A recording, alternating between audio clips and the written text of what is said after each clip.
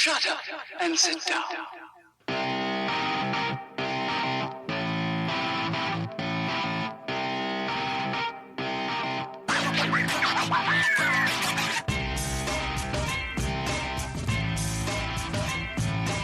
Welcome to the Bricks King podcast, where I am going to bend your ear about Lego, review those amazing bricks of plastic, and discuss what is new and up-and-coming around the Lego world. I'm your Minifigure ghost, Matt. Let's build on it. Welcome in, everybody. How are we doing today? We have another Lego Masters exit interview from two awesome special people, Austin and Justin. They have a lot to say, and they are absolute characters in their own way, and you're going to hear it. So let's go ahead and take a deep old dive into this. Austin and Justin, it's so great to talk to you. Obviously, I wish it was under different circumstances, but you have so much to be proud of what you did on the season. Jumping into our last episode with you, episode 9, the central challenge was this: whose castle is it, and the big pivot. And I'd love just to get a sense from you. What was it like hearing that sort of feedback, and then how did that pivot really play out in the real time? What we didn't maybe get to see all the context of. Oh man, I'll say I really was expecting them to kind of like the idea of our wizard sort of taking over somebody else's castle, and it did not fly. They did not like it. And what they didn't maybe show was Austin and I really just like putting our heads together for a half an hour with no building whatsoever. How are we going to do this? And so maybe that was a little bit lost in the production, I guess. I don't know, Austin, what do you think, man? I don't understand. I guess I could see their point of view on like, hey, you're building someone else's castle. But at the same time, it's a fun story that we could have expressed well. I feel like throughout the season, maybe our storytelling abilities was kind of hit and miss. Sometimes they're like, oh, this is fantastic. And other times it was like, we don't know where you guys are going with this. So I don't know if that's a downfall on our storytelling abilities or just difference of opinions. But anytime you have to do a switch in the middle of a build, it is so hard to recover from, especially the farther you get along the competition, because it only gets harder. The competition gets better. I mean, everyone else had fantastic builds, and here we are like, oh, yeah, I guess we'll restart again, because that was the common theme for our team. Well, listen, it turned out really nice. So I think it was a good pivot, and it added a lot to the story. Going back one episode prior, the mini golf episode, I feel like that was the real Austin and Justin showcase of just, how amazing it all came together. What was it like winning that challenge? And, because I felt like you were firing on all cylinders. There were so many builded elements that didn't even come into play when it came to the golf game, but just added this amazing theming. So I really felt like you were firing on all cylinders. That was really, really exciting for us, I think. The competition that was still there at that point they're all really great builders. They're just, I can't say enough about how much talent is in that room. And so for us to actually win a challenge was just like, I mean, that joy that you see in that one picture of us raising our arms up is just so real. I mean, it was fun. It was really, really fun. I think it was a fantastic challenge that we both, just finally could come together and do well. Justin was totally nailing a lot of the sculpting, especially the blender. I wanted to make this oven work, and at one point I just got so frustrated. I was like, it's not going to work. And Justin's like, no, you could do this, figure it out. And thank goodness we did, because there was we just had to reconfigure some mechanical stuff, and it worked. It all worked out. We took a chance. I think halfway through the competition, we kind of looked at each other and we're like, we're just going to go all out. And if things work out, sweet, we'll do well. If they don't, then we're going to go down in a blaze of glory. And I think those two challenges you just addressed indicate that. And I really have to give credit to Austin on that one, because he pulled that cake out and he was just like, oh, I'm putting will on this thing. And when I heard him say that, I was like, that is brilliant. That is so perfect. It was like a moment of genius from him it really made the rest of that build. Totally. And appealing to Will's ego, in terms of the judging of his experience never hurts. But for my last question, we saw the Brickmasters almost like couldn't get through their words. They were choking up, so much having to say goodbye to you.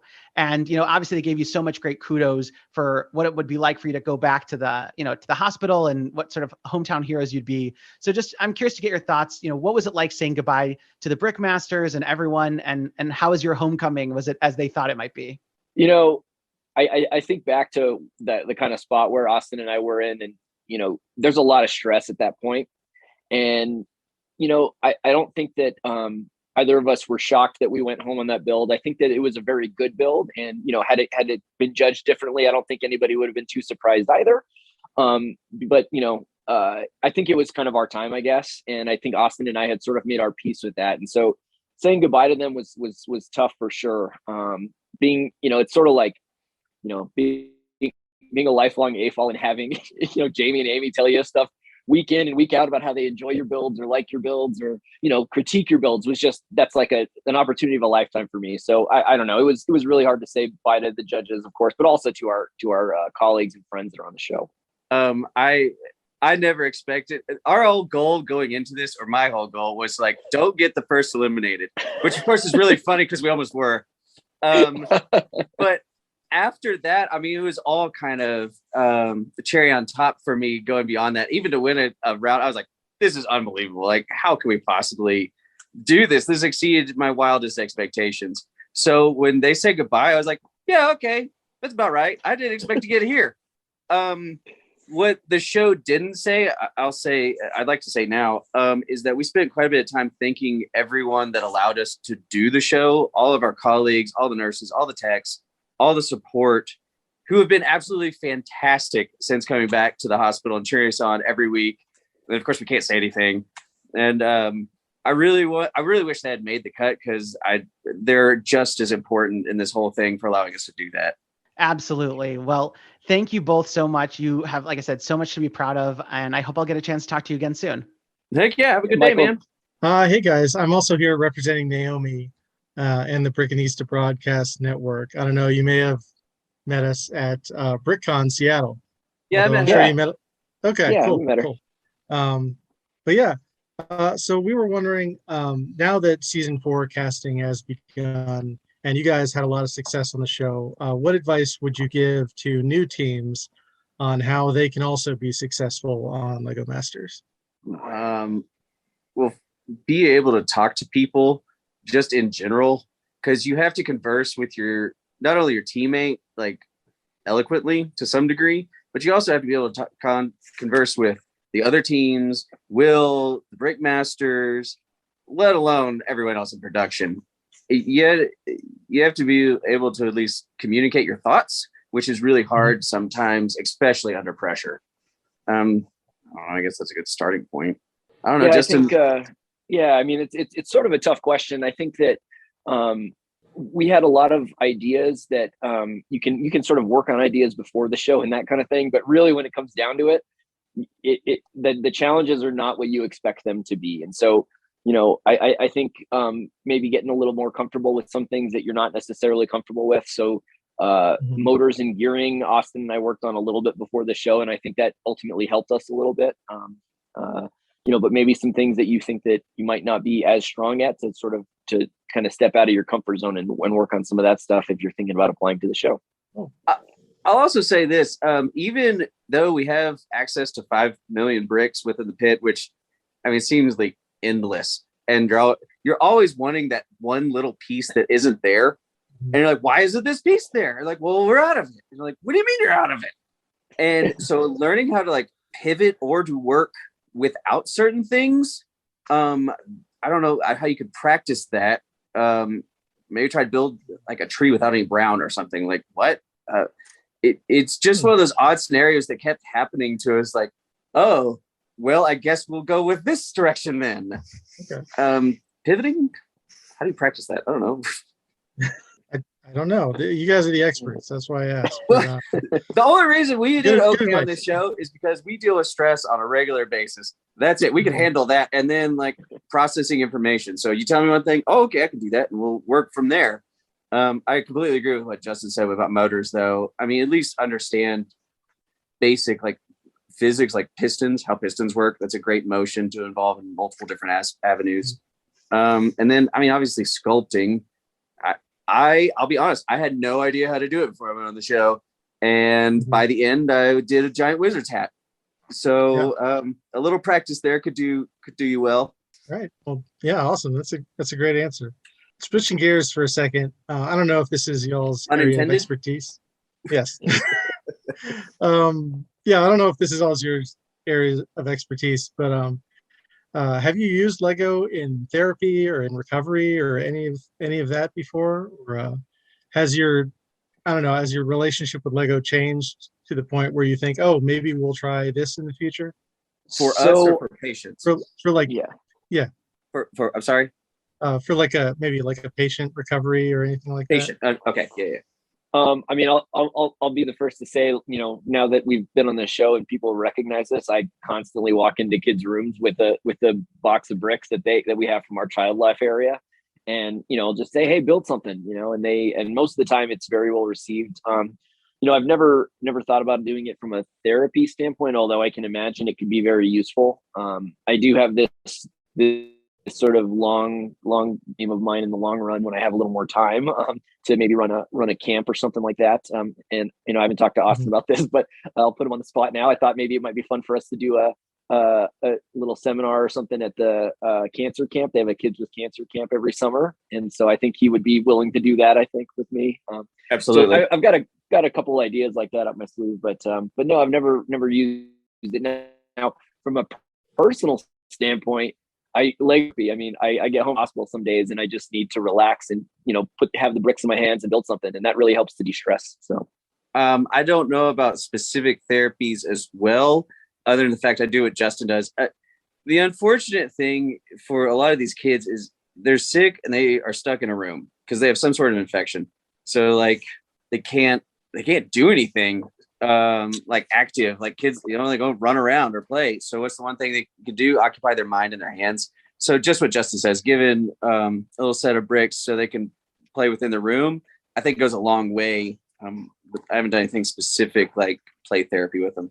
Well, no, that's interesting. Do you want to respond to Justin's offer of doing a camp now, or? Oh, hell yeah. Think about that. Oh, no. I mean, well, many years ago, I used to work as a camp counselor for kids with renal issues like transplants or dialysis or all that type of stuff.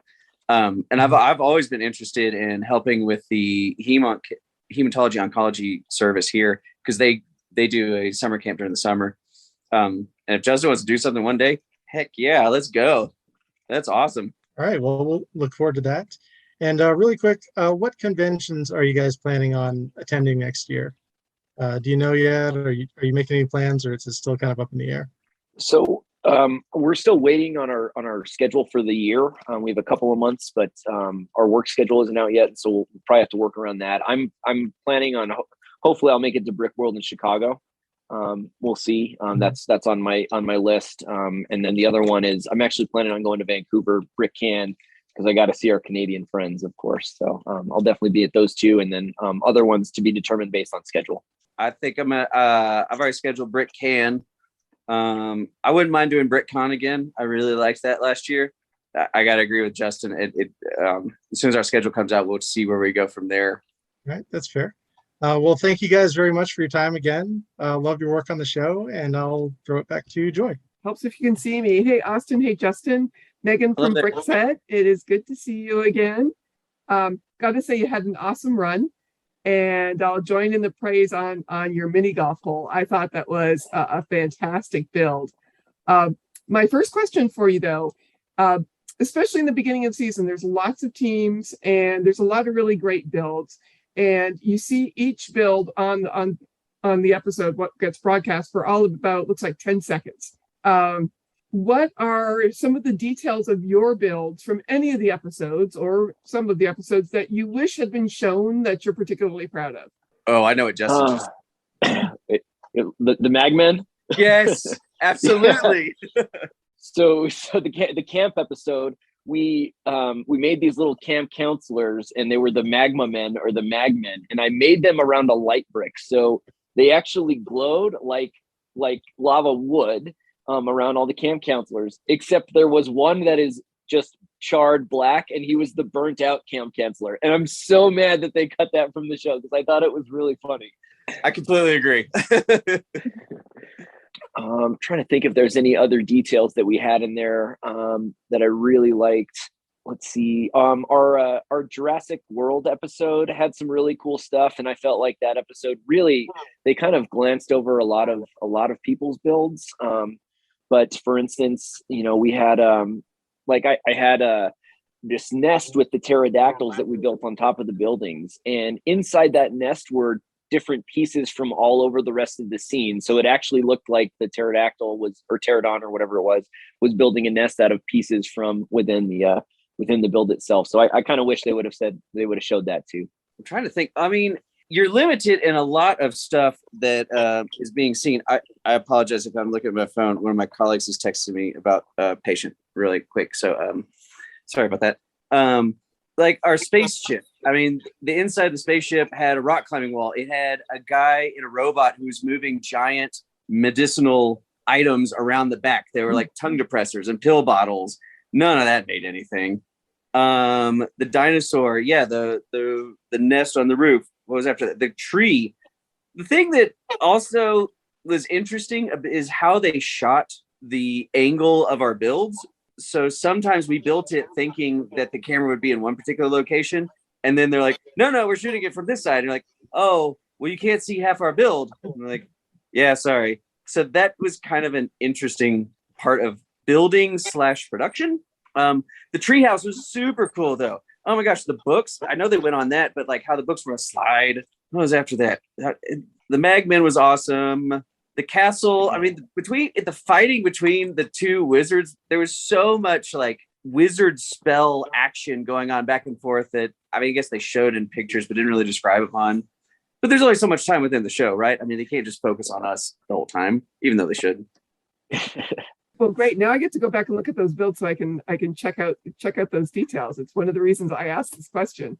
And you're not the only team that's talked about the camera angle on the shots. That there's just been a real puzzle as to they thought it would be higher or lower to show off different areas of the builds. My next question is, you're there building on set. You've got the lights, the cameras, the clock, everything else. What was the biggest challenge for you actually building there on set? For Austin, I can guarantee you it's going to be him staying behind the table, because we like to use all like 360 of our desk, and there were constantly people from production saying, Austin, get behind the table. Austin, get behind the table. And he'd look up and be like, I'm trying to build. And like, it was kind of this like butting head that was kind of funny. I don't know, Austin, if you'd agree with that or not, but. Oh, that was by far the most annoying thing in the world. They're like, hey, you have this much time. You need to do this. Tell us what you're doing. I'm like, I'm trying to build the creation. And they're like, you need to move away from the shot. F you, I'm here. There's a lot of things they can't show because of my foul mouth, which was partly on purpose at times, because I was like, I don't want to be filmed right now. So I just like keep swearing. I know I shouldn't do that as a pediatrician, but gosh, sometimes the pressure gets to you. You're so frustrated. You're like, please just let me finish this first.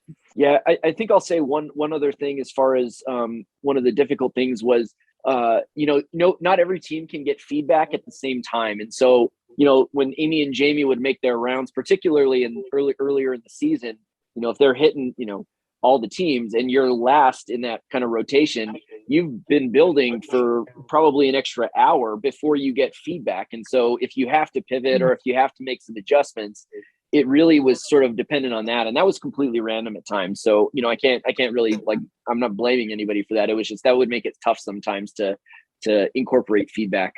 I can imagine that's kind of a delayed thing that you think you're going to get at a certain time, and it doesn't happen until several dozens of minutes later. And interesting, even natural stuff, like it start out really cold in the morning and then get hot by the evening because of lights and just weather. So you're like, oh man, I wish I had like a coat, but no, we're just in scrubs. But by the afternoon, everyone in sweaters is like, oh, it's so hot in here. You're like, well, I'm okay. So, nothing that can be controlled. It's just kind of funny things about production. All right. And my last question for you is along the lines with respect to Amy and Jamie. You're on camera all the time, but do you have any particular favorite memories or interactions with either your colleagues or Amy and Jamie or Will that might not have made it on camera? So Will, he came up to us one time. He had done something where he'd injured his arm, and ultimately it was fine and it was okay. But he came up to us and he was like, "I hurt my arm," and Austin and I are just kind of looking around like, "Is this a bit? Like, what is really like you're coming to that?" And he was like, "No, I really hurt my arm." And then we were like, "Oh man, okay, let's help you." But I just thought it was really funny with that one interaction with Will, because he actually like was coming to us for some help, and we first were treating it like it was a total joke, because that's what Will does. He jokes all the time. So I thought that was really funny. And he's like, "We need doctors every year." Yeah. I will say one thing I was most proud of was in that Jurassic World build. I used a translucent chain. It's a neon yellow chain, and we used that to connect to a gas, like it was like a gas pump line that had been taken out by a bird, and so it's hanging. And then there's a bunch of them that are sort of like in a puddle on the concrete. And Jamie in one part of the feedback said, "I've never seen that part used like that. That is excellent MPU." And I just remember like I almost fainted. I was so happy. Like I was like, "Oh my God, Jamie loved this way I did this thing." It was really cool. It's fun. I'm sorry. What did you ask about cast or just the Brickmasters and Will? Whatever works. Any one of those. I mean, there's. I think I've said this from the beginning. The coming out of COVID and the work that we had to do, and the people we saw, and everyone is traumatized from that. But I mean, working in a hospital and watching death on a regular basis sucks the life out of you. So when you go to a competition like this and you see all ages, all ethnicities, male, female, just bonding over this unique experience, it really restored a lot of faith in humanity for me. It really made me go like, oh, there are good people out there, not just arguing about one thing or another. So that was really cool. And there's numerous special bonds that occurred during the filming of that show between many different teams and many different groups. I've made lifelong friends there, to be sure. And as far as the Brickmasters and Will, due to the nature of the show, I mean, they're not allowed to really like hang out with us, because then they could show preferential treatment towards certain teams, right? So throughout the show, the interactions, you get a sense of how they are. And afterwards, kind of once you leave, you get to converse with them a little bit more. And that was wonderful to see how good people they are too. Great. Well, thank you. Thank you for your time. Thank you for everything that you do. I have an incredible amount of admiration for you, balancing a medical career as well as being a Lego fan. I don't know. I certainly don't think I could do it, but I look forward. Oh, we don't do it well. Well, thank you, Megan. Thank you very much. I look forward to hopefully meeting you both if you make it to Brick World Chicago up here next year. Excellent. Awesome. Thank you. So my first question, you mentioned how you had to pivot sometimes because you didn't necessarily find the pieces or whatever that you wanted, or they'd run out. What is the pivot that you are most proud of on the show? I know mine. Justin, you want to go first? Go for it. Go for it. Mine was definitely Billy the Squid. That was the best pivot of the entire time. Unfortunately, for better or worse, we had to rebuild almost all of our builds at some point or form or fashion. I'm sure you don't want to know all those details, but Billy the Squid, we had to not only rebuild once, but 3 times, because we used those dang ball sockets. And then, oh God, Jamie comes out and totally calls us on it. He's like, that may not work. And then we swung and it didn't work. We're like, oh, now we have to rebuild the whole base. And then as we rebuilt that, well, it turns out we had to do another thing and rebuild that. It just got endless and endless and endless. But when Billy the Squid was like, what, the second or third longest, and like I think third longest, yeah. Beat even the Stevens, I was like, yes, redemption.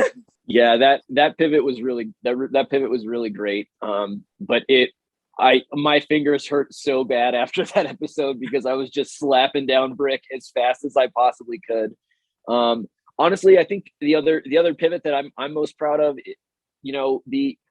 even though we got sent off on that last episode, that wizard hat thing looked so good on TV. The top of the tower with the wizard hat, and then when it gets hit by the cannonball and just floats off, like, I want to act like we planned that. We didn't plan that at all, but it looked so good on TV. I'm really proud of that, despite us being sent home on that episode. Well, I particularly liked that as well. I loved that hat, and I thought your castle looked amazing with the two colors in the end. So that was a really job well done. Thank you. My next question is a little bit more of a background question. I'd like to know how you guys got into the Lego hobby. You want to go first, man, or you want me to go? Sure.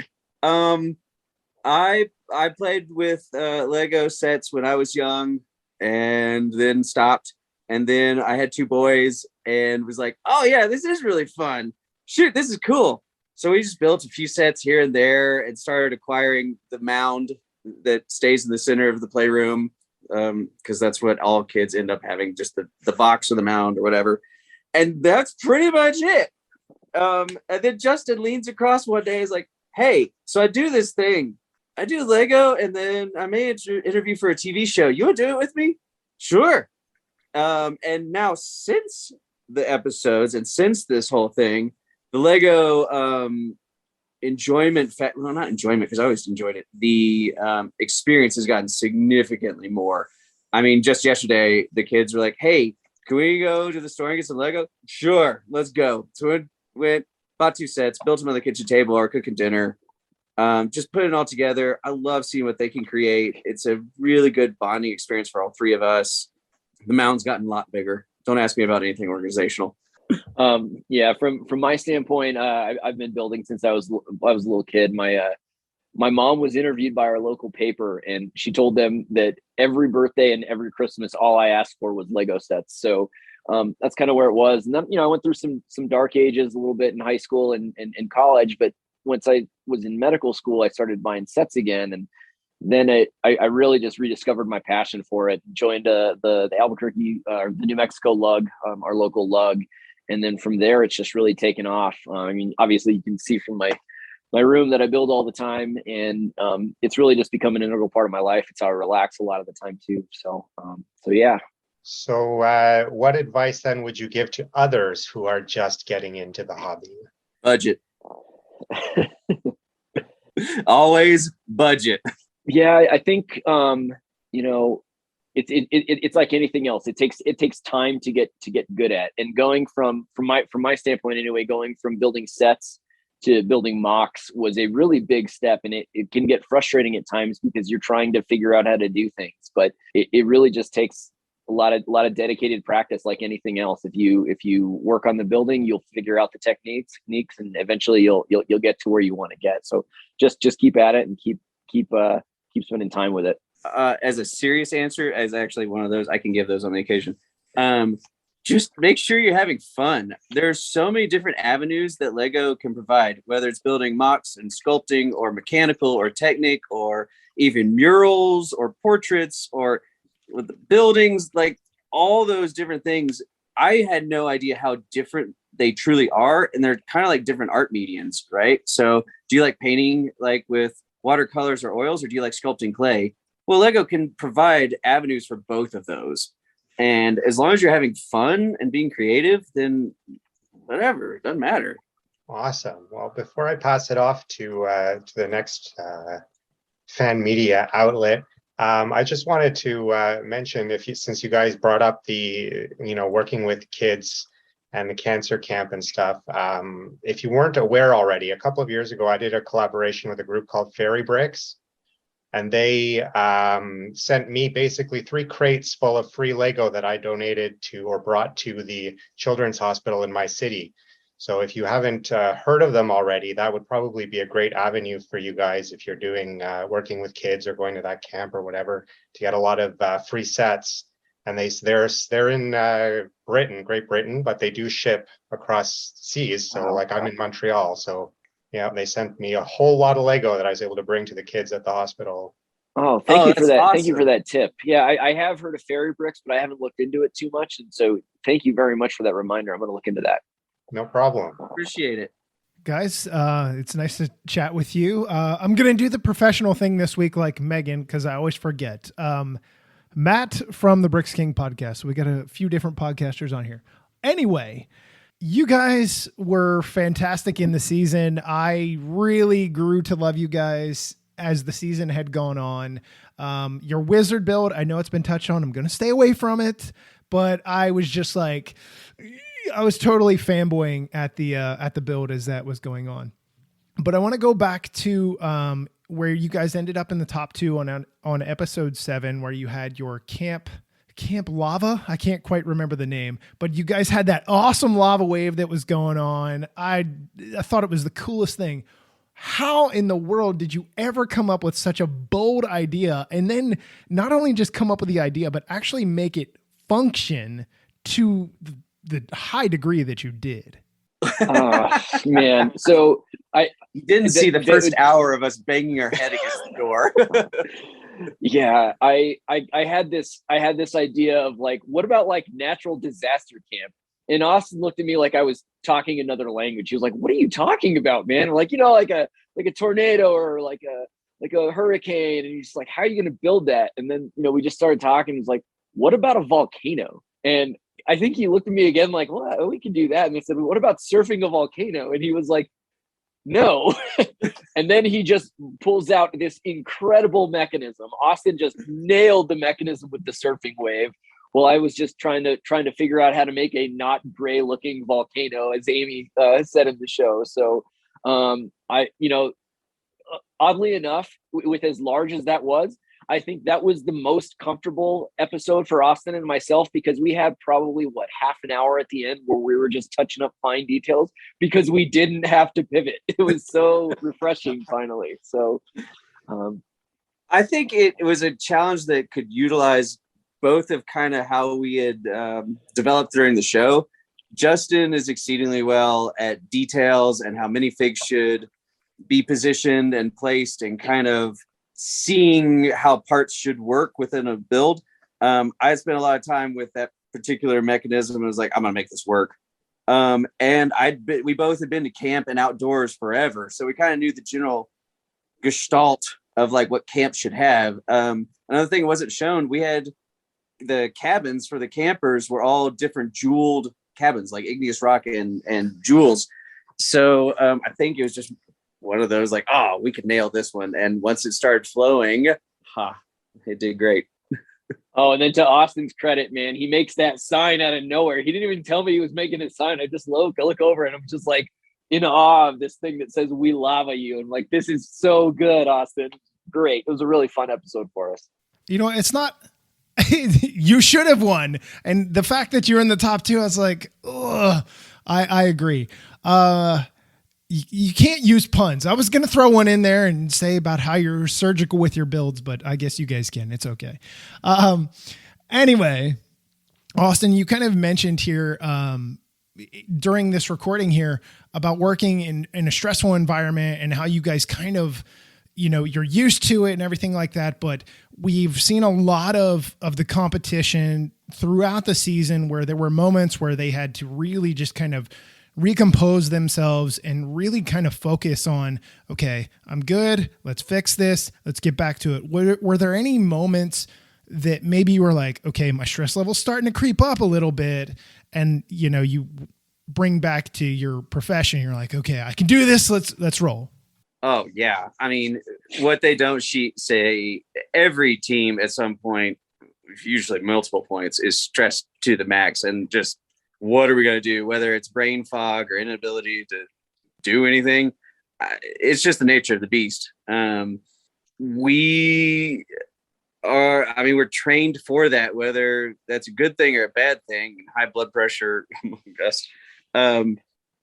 There were multiple times where we just had stressful moments, and he'd look at me and like, dude, focus, eat like a Snickers, take a minute, and then come back to it. And the same goes for me to him. I think because we had worked together for many years and been under stressful situations, one or the other, I think that helped us a lot. Probably more so than a lot of the other teams, excluding the Stevens, who of course deal with the exact same stressors. Not to say no one else deals with stress in life. I don't mean that at all. I guess it's more constant in our world. Is that fair, Justin? Yeah, I would agree. I think one thing that really benefited Austin and myself was after the first episode, I had a moment where I was just frozen in that first episode, and I hit a mental wall, and he just came over and just, look, dude, take a deep breath. We're going to be fine. And after that episode, we both talked, and we sort of kind of got on each other's wavelength about internal signals. And it's like, look, if I'm doing this means I need a minute, or if I'm doing this, come help me, or I need to, and so we kind of broke down the where we could help each other out a lot in the beginning. And I think that really helped us to thrive, in the middle of the season. So I thought that was very helpful for both of us. And I think part of that just goes back to our ability to communicate with one another. And we do that very well, especially at work. And that's just something that we've done for a long time. So yeah, there's a lot of, how sick is this patient? Nah, they're not that sick. How sick is this patient? You need to go see them now. Okay. Yeah, it's nice to hear that nonverbal communication really kind of changed things for you, because you guys definitely pivoted, to take a word that everybody keeps talking about. You definitely pivoted and really excelled. So the last thing that I have, the camera is always on you. I know one of the others talked about this. The camera's always on you. You can't get away or anything like that. We all have a moment where you're like, I kind of got to pick my nose, or I kind of need to, something that you do on a daily basis, but you're under the camera constantly. Were there any moments where you're just like, get off of me? You're elbowing, kind of, you need the space. Were there any moments where you just felt like, please just back up a few feet? To the cameras or to each other? Because I fired on Justin all the time. More so the production crew. Oh, actually, I went over to the Stevens and fired on them all the time. That was the best part. I think to answer it a little more seriously, I alluded to it earlier with us building around the table, and there were certain times where you're like 2 hours left in a build, and they're trying to film some like joke that Will has in the brick pit, and you're just like, so I can't go there for how long? And you're like, come on, and so they're not, they're all focused on that. So you kind of, that would get frustrating for us at times. But I think for the most part, everybody there that's working on the show is really they're just trying to make the best product they possibly can as far as making us look good. I don't think there's ever like a spot where they're trying to make us look bad or anything like that. So they're just telling us, giving us tips to make it as best as they can, I think. Oh yeah, and kudos to the cameramen. Those guys are like ninjas with those cameras. They'll try to not disrupt you or to get out of the way while you're back and forth between the brick pit. And some of them are just wonderful people as well. That's great to hear. So, well, I appreciate you taking the time out of your busy schedules. I know you guys are incredible at what you do. And like everybody else said, hopefully Brick World Chicago, we get an opportunity to see you guys. So thanks again so much. Thanks, man. Hello. Can you hear me? Yeah, We can. Fantastic. Hey, yeah. Okay. Hi. Nice to speak to you both again. Just to follow up on what the other guys were saying, I also have a podcast. Just wanted to sort of like add that on there. But anyway, yeah. So it's great to have a chance to speak to you both again. Although it's unfortunate that you have under these circumstances, you're getting into the top 6 is an amazing achievement on its own. So congratulations, guys. Thank you. And yeah, I just wanted to kind of ask the first question.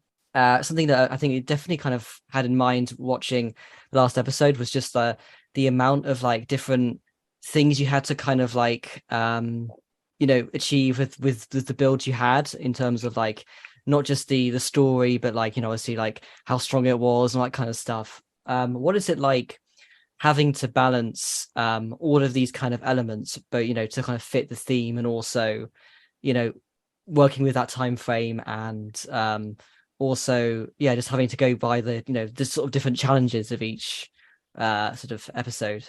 For me, I think early on, Justin, correct me if I'm wrong, we had a discussion of like, all right, what can we practically do well and compete for? Watching Dave build that tower so quickly, that tall, I was fairly certain there's no way I could compete with that. He could whip those things out, and he could just keep going. Like it was just, I was like, all right, I can't do that. Should we go for strength? That wrecking ball is probably really freaking strong, so we should just go for story and then try to do other stuff. Let's make it strong in story. That's how I thought we should approach it. I think that's how we talked about it. Yeah, Yeah, that's it. That's exactly how we talked about it. I think that last build was particularly tricky because there was a lot of different components, and I'm an MMA fan, and so like a lot of the time when you watch an MMA fight and you see the judging afterward or whatever, they show you the scoring cards. I would have loved to have, like, they don't actually have scoring cards, but I would have loved to have seen how they were weighing each thing and how they were scoring each thing, because they wanted it strong, they wanted it tall, they wanted the story to be great, they wanted it to reflect your character, and I just want to know how our judges like sort of weighed those different things, because that was a tough one for us to kind of figure out, I think. Oh, extremely. Let alone make it look like a castle. Yeah, absolutely. I think one of the things that I find, obviously, with the way that it's sort of like, you as you cut down to like an hour sort of episode, something that you only really get a very small amount of hearing like the feedback and stuff. I'm imagining that the actual feedback itself is a bit more in depth than what you actually get to see in the edited episode. Generally, yes. Each segment of feedback where the judges would come by and look at your build in the middle of the build was usually 5 to 10 minutes. Maybe somewhere around there, maybe 5 minutes. But so they don't show a lot of that. But the feedback afterward during judging is extensive, and so they definitely edit that quite a bit at times. And so there were things that I think that we did really well with that castle. There were things that we could have done a little differently, and then at the end of the day, I mean, if you look at all of the builders that are left in the competition, they're all fantastic. It's one, everybody is one build away from leaving the show essentially, and it's one bad build. That's and I hate even saying that phrase bad build, because I loved our castle. It was not a bad build at all. I am proud of that. But it's just one build that maybe isn't as strong as the others. It's a fair way to say that. I like that. But yeah, the feedback at the end. Oh man, the show generally shows the nice things they say. There's a lot of nice things that they say as well. Which I guess I'm very glad that the show doesn't air for all of us, for all the teams. Yeah, well, I will. Yeah, I just want to obviously like just add as well to that I thought that your build was so wonderful. Like the color, the color sort of combination, and it was just really striking visually. And as you said, like you said, like you're one, kind of build away, like you go from winning one episode to leaving in the last one, but obviously it's I thought it was a fantastic build. Yes, I guess my next question would be, do you have like a favorite moment throughout the season that sort of really sort of stood out for you? I mean, winning the golf challenge will always be one of the best, because I mean, we won a challenge, and for a guy that didn't ever build anything like that before in his life to be recognized for something like that, at top of the world. That, and when Billy the Squid beat the Stevens as far as ride time, both of those are my two favorite moments. Yeah, I would have to agree that when Will sinks that hole in one putt, and then when we win that challenge, that was cloud nine for me. There's like I'd said to some of the other interviewers, there's so many talented builders in there that I had never dreamed that we would win a challenge. So when we won that challenge, I was over the moon, man. That was amazing. And then the other one was just watching Billy fly off of that mechanical bull in one solid piece. It was just so great to see. It was really fun. Yeah, absolutely. The really, volcano. I mean, there was just a lot of. I had a lot of fun with the show. I really did. And like I said, the people, the cast, I had a lot of fun making new friends during that. So I'm trying to be specific to production, but there was a lot of good memories that were made during that time. Yeah, so you definitely, even if it's only a short amount of like time you get to, obviously it's edited, but you really do get a sense of like, I think there's a lot of camaraderie, even if there is sort of competitive, the competitive side of it. I think there's a lot of people just sharing their love of Lego, and it seems like a really fun atmosphere. And I think that is quite well kind of shown within the actual series as well. But yeah, I don't know if I've got just a small amount of time for just one more question. I guess would be, what would your biggest takeaway be after sort of of the show, I guess? I've had a few people Okay. Well, I've had a few people ask me, afterward, are you burnt out? Are you going to like step away from Lego for a while? And I know a few competitors that have, and I won't mention any names, but a few that have taken a step back for a couple of months because it's really intense. I mean, that the competition is really intense. You're constantly building. You're up late. You're up early. It gets stressful. There's some idea fatigue because you do it day in and day out. Personally, I left that show so invigorated to build. That I think is, the two biggest takeaways for me is there's that I still have this passion for Lego that I don't think will ever go away. And then the friends that I made on that show, I mean, Austin has alluded to the firefighters, the Stevens at times, but we, like, the four of us talk literally every day. And so those guys are some of my best friends and they will be forever. And I just can't imagine not having them in my life. And that's the biggest takeaway of the show for me. I'm so stoked that we made some incredible friends on that show. Yeah, we made some incredible bonds.